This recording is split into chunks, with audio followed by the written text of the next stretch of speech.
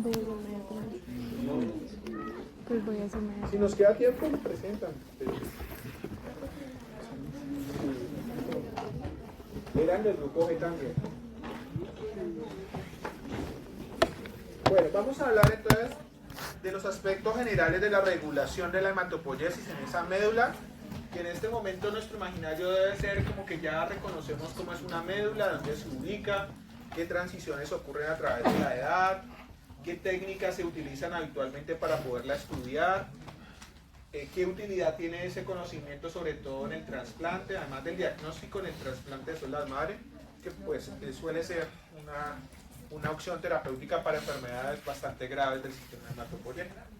Vamos a hablar entonces ahora de la regulación general de ese sistema en médula ósea. Entonces, para hablar de la regulación, todavía esto no hemos logrado ponernos de acuerdo en cómo ocurre la regulación de la médula ósea. Hay dos aproximaciones muy importantes para entenderlo. Hay una aproximación que dice que la regulación en la médula ósea tiene una acción permisiva, un modelo permisivo, y otra que habla de un modelo instructivo. ¿Cuál es la diferencia fundamental? En el modelo permisivo se plantea que las células más inmaduras en el modelo jerárquico, es decir, cuando hablamos de las células madre y de las progenitoras multipotenciales o oligopotenciales, esas células no tienen realmente, cuando se forman, realmente no tienen un destino o una inclinación a formar un determinado tipo de célula. No existe tal capacidad.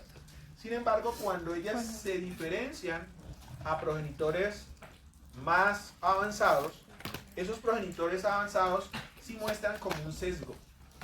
Y ese sesgo depende de que comienzan a expresar receptores para algún tipo de linaje en particular, que es lo que representa acá, ¿no? Comenzamos a ver que la célula azul, que representa a las células madre hematopoyéticas o a las progenitoras más inmaduras, no tienen receptores para ningún linaje. Pero cuando estas progenitoras y células madre avanzan y se diferencian, expresan receptores, generan progenitoras distintas que tienen receptores para ciertos linajes. Entonces, en este punto es clave, ¿por qué? Porque dependiendo de las citoquinas o moléculas que llegan a esos sitios donde están esas células, unas células van a ser estimuladas, en el caso de las verdes, preferencialmente ¿sobre quién? Sobre las amarillas, y esto va a generar pues, que se generen más de estas células que de las otras. ¿Ven?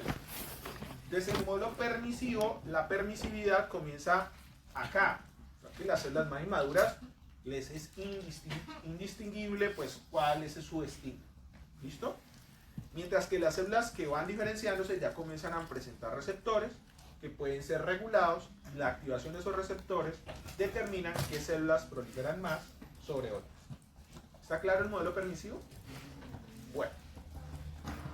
En el modelo instructivo se plantea que los progenitores más inmaduros, incluso las células madre, en su proceso de diferenciación, ya tienen receptores para los linajes. ¿Sí? ¿Y qué están esperando estas células? Como su nombre lo indica el modelo, una instrucción para saber qué camino tomar. Entonces, en este caso, estas células progenitoras y células madre inmaduras detectan la presencia de factores, moléculas que estimulan el receptor verde. Y este receptor es propio para estimular un linaje en particular, por lo tanto, esta célula toma este camino en lugar del otro camino. ¿Listo? Entonces, estos dos modelos, según la evidencia actual, pueden coexistir, es decir, pueden existir tanto el modelo permisivo como el modelo instructivo. Lo que se plantea actualmente es que el cambio de modelo o la coexistencia de los dos modelos va a depender de las circunstancias del sistema hematopoyético. Ejemplo, el modelo instructivo puede ser muy importante, sobre todo en condiciones, por ejemplo, de infecciones, en las cuales se requiere rápidamente formar un tipo de célula en particular para responder a la infección. Okay. Mientras que el modelo permisivo puede ser muy importante, sobre todo en homeostasis, donde la cantidad de células que se necesita es una cantidad de células simplemente para reemplazar las que se mueren, las que necesitamos, ¿no? Entonces, de estas dos formas se entiende que las células progenitoras más inmaduras y células madre pueden ser reguladas para finalmente producir ciertos tipos de células de manera coordinada. Recuerden que el propósito es generar células maduras, pero células maduras que deben estar en una proporción adecuada para cumplir la función general del sistema. Profe, ¿Sí? estas HSPC sí que siendo la misma madre, ¿cierto? Sino que le han puesto una P ahí. No, HS células madre Claro. y PC para progenitores. O sea, estamos hablando de que representan células madre como progenitoras muy maduras. ¿Cómo presentaste? Muy maduras como la MPP. ¿Sí? Estamos en ese nivel allá. Eso es lo que representa la HSPC. Claro, pero por lo general lo vemos como HSC. Sí, lo que pasa es que aquí no se resume todo en una sola término. O sea, HS Ok, te entendí. está sí, sí, representando. sí. Podríamos colocar primero la HS y luego la MPP y otras progenitoras inmaduras. Aquí para reunir ese concepto se les coloca HSPC. Ya, ya, ya. Sí, no son un tipo de célula que hayamos visto ni existe en la HSPC. O sea, representa células madre y células progenitoras muy maduras. Bueno. Ahora vamos a hablar de la regulación. Esto forma, lo que se entiende en la médula ósea es que la médula funciona como una regulación por bucles o loops entre células. Entonces, el punto de control de inicio va a ser la célula madre hematopoyética, que sabemos que puede autorrenovarse, ¿no? Y el control que puede ejercerse sobre ella es un control a largo plazo. Normalmente el control a largo plazo va a ser realizado por tejidos periféricos, es decir, tejidos extramedulares. Las células que maduran pueden producir moléculas que llegan y interfieren o regulan con esta célula madre. También podemos tener regulación en términos de mediano tiempo, como son las que se ejecutan sobre los progenitores. Desde la parte externa de la médula ósea se puede regular. Y finalmente también se puede generar un control a corto plazo, y ese control a corto plazo es el que se utiliza para controlar los precursores, que son las células inmaduras más avanzadas de toda la hematopoiesis. ¿Profe, puede repetir el intermedio? En el intermedio vamos a tener es una regulación sobre los progenitores, ¿sí? O sea que si yo quiero regular la hematopoiesis a largo plazo, ¿a quién debo regular? A las células madre. Si quiero regular a mediano plazo, regulo a los progenitores. Pero si quiero regular a corto plazo, en términos de horas a días, regulo a los precursores.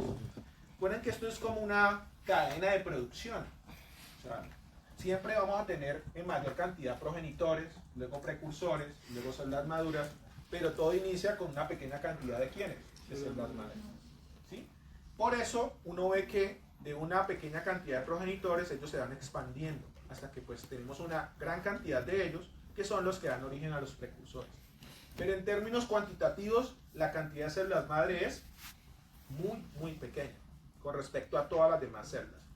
Entonces si yo quiero controlar todo este sistema desde el inicio, pues debo controlar a la célula madre y eso implica un control a largo plazo. ¿Listo? La retroalimentación de las progenitoras a las células madres se considera también de long term. ¿Cómo que creen ustedes que será este control? De una progenitora a las células madre. Yo diría que corto, pues porque está Sí, inmediatamente. claro, es a corto plazo porque está justo antes de iniciar la diferenciación. ¿Listo? Entonces, este control puede ejercerse a corto plazo, pero miren que a diferencia de este con células maduras, ¿Pero qué pues quiere decir a corto plazo? parte que las células son inmaduras todavía, ¿no? Profe, ¿pero qué quiere decir a corto plazo y largo plazo? O sea, yo entiendo que Es se dice temporalidad. plazo, pero, o sea, que requiere que haya mucha hematopoiesis antes de que yo pueda. No. A largo plazo significa que este control es el que asegura como una producción de la hematopoiesis en una escala de tiempo amplia. ¿Sí? ¿Qué? No, otra vez. O sea, cuando estamos hablando del plazo, estamos hablando del tiempo. Sí. Es decir, cuánto de esto toma regular la hematopoiesis.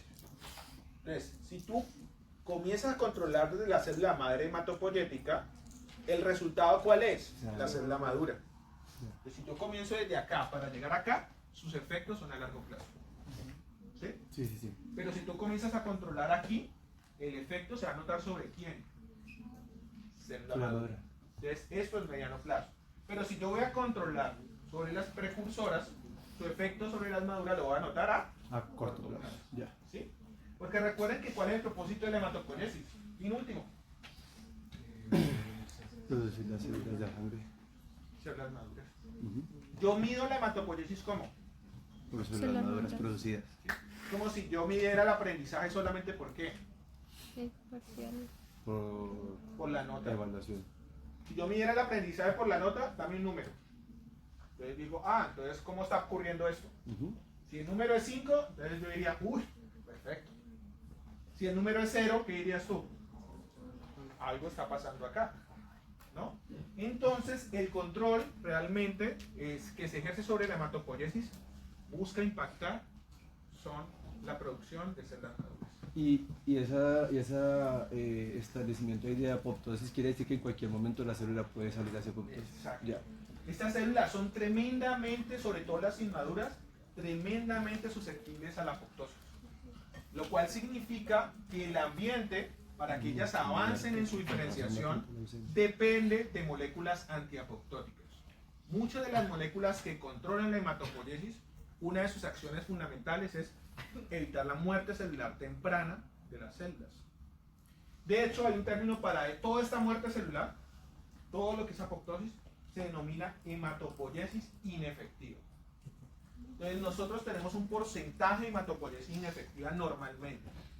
Ese porcentaje se puede aumentar en algunas enfermedades que aumentan la tasa de muerte celular antes de que llegue a ¿qué? A célula madura.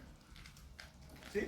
Entonces, normalmente células que no son estimuladas apropiadamente con moléculas antiapoptóticas se mueren. Que no son No estimuladas. llegan a fases posteriores hasta células Ah, maduras. ya.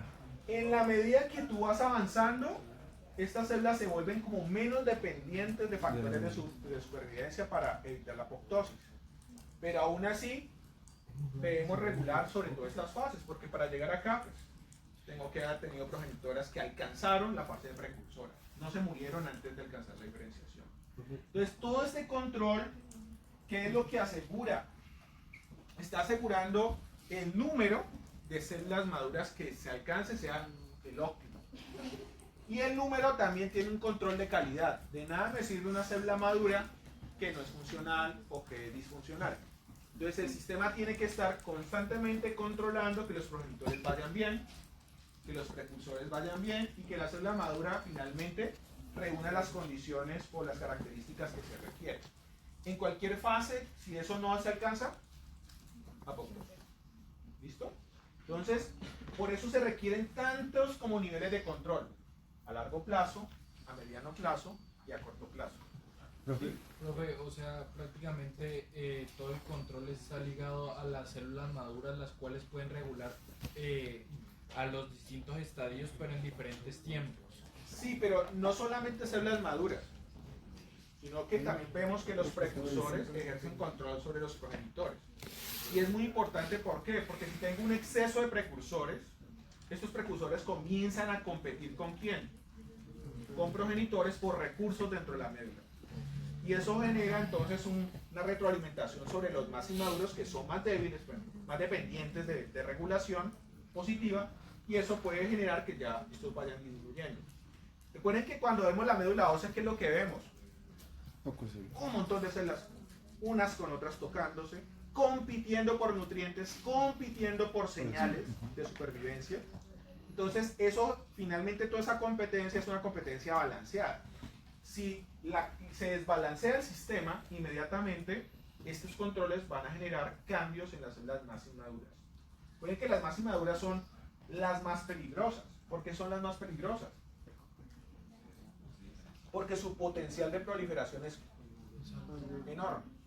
¿Sí? Entonces, no me interesa tener estas células en grandes cantidades descontroladas. Eso va a generar probablemente alteraciones del ciclo celular y puede llevar a desorganizar la médula ósea. Entonces, por eso hablamos de este tipo de control. Ahora, este control que estamos aquí viendo en amarillo, que representa en amarillo, es lo que llamamos el control medular.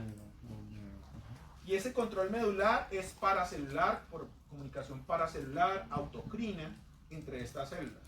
Y es el más difícil de estudiar, porque en cuanto usted intenta estudiarlo, pues tendría que separar las células. Y en la médula normalmente esas células, ¿cómo están? Son encima una cosa a la otra. ¿Sí? Una tras otra. Entonces, ese control, la verdad, no se conoce tanto en el humano, se conoce más en el ratón, que sí se hacen experimentos en la médula.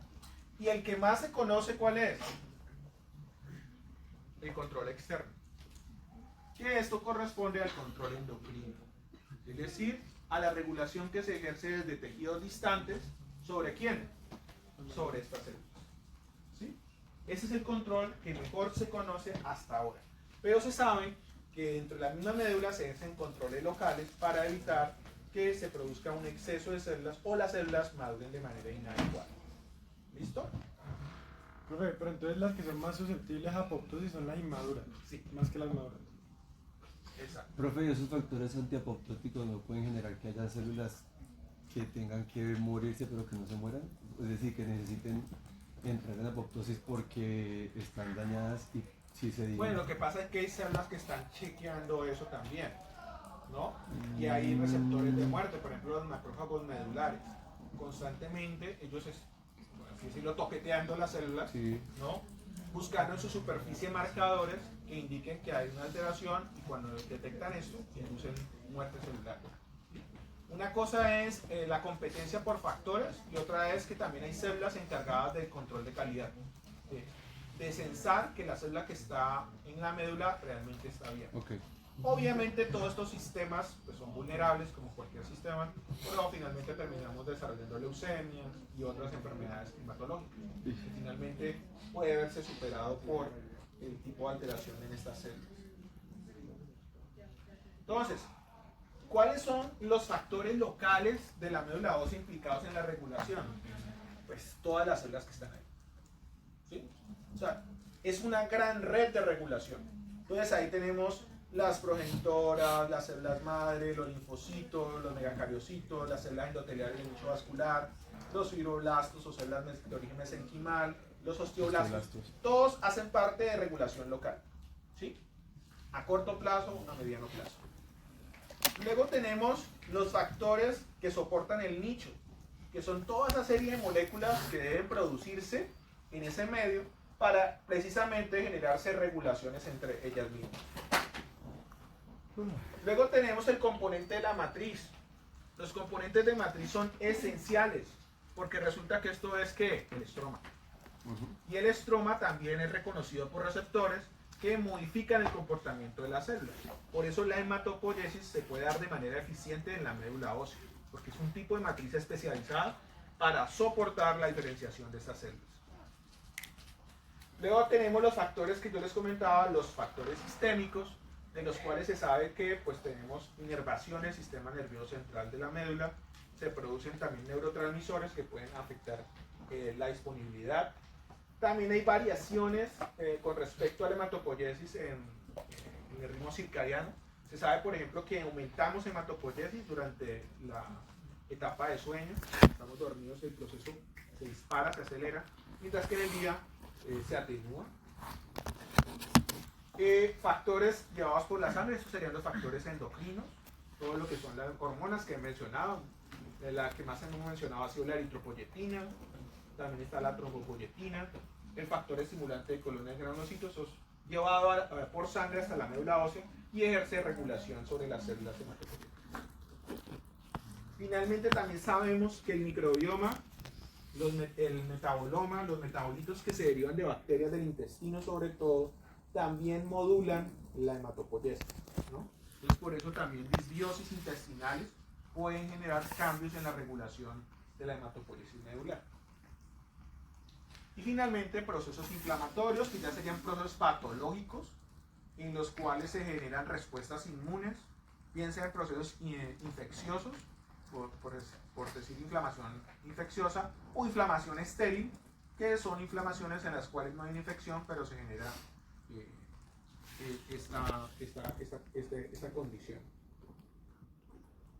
Profe,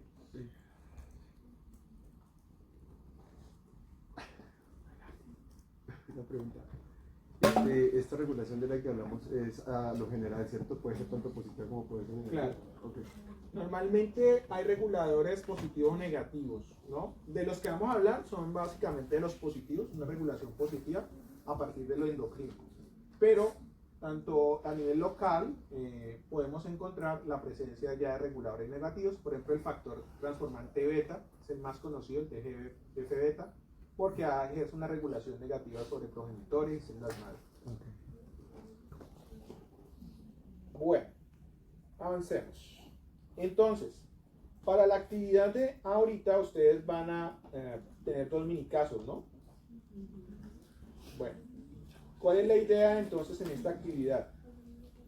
En esta actividad es que van a tener 2 casos en los cuales un componente esencial de la regulación de la hematopoiesis medular está afectado. La idea entonces es aplicar esos conceptos usando esos mini casos. ¿Listo? ¿Tenemos cuánto tiempo? 15 minutos. Grupo G y grupo S. Comenzamos esta vez con el grupo S. Me da más confianza. ¿Por qué dicen esas cosas? Yo estoy evaluando qué.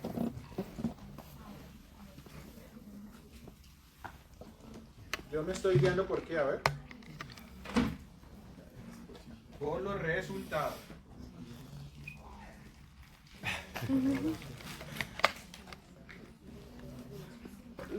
Recuerden, el resultado da cuenta del proceso. ¿Listo? Bueno, ya tienen los minicasos, no veo que se organicen, entonces comenzamos con los minicasos. No. 11 y 25 comenzamos. Sí, pues alguien hizo diapositivas. Sí, ya las puse en las diapositivas. O sea, ¿a quién le pasa este computador? Tiene lo de tu iPad. Mira, las puse en esto. Ah, en este vos no has post. salido. Ah, vos no has salido. ¿Cómo así? Vos no has salido. No, pero yo puse las diapositivas, pero no hice el caso. O sea, solamente hice diapositivas. O sea, no me hace nada de caso.